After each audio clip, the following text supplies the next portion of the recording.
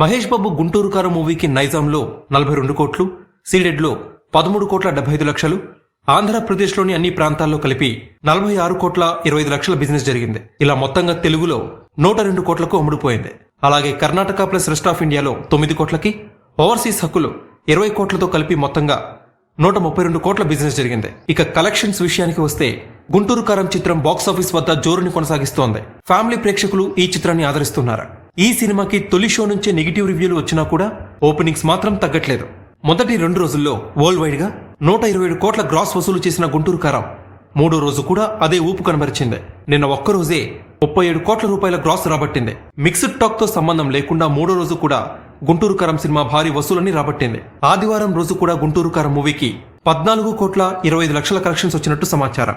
2వ రోజుతో పోలిస్తే 3వ రోజు కలెక్షన్స్ చాలా పెరిగినట్టు ట్రేడ్ వర్గాలు చెప్తున్నాయి.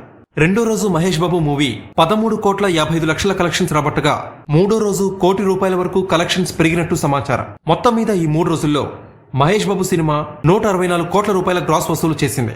ఈ మేరకు చిత్ర నిర్మాణ సంస్థ Harika and Hasini creations press note release చేసింది. ఓవర్సీస్ లో కూడా మహేష్ బాబు గుంటూరు కారం మూవీ రికార్డ్ నెలకొల్పింది. 2 రోజుల్లోనే ఈ చిత్రం 2 million collections రాబట్టింది. Mahesh Babu career లో 2 మిలియన్ మార్క్ ని టచ్ చేసిన 5వ మూవీగా గుంటూరు కారం రికార్డ్ క్రియేట్ చేసింది.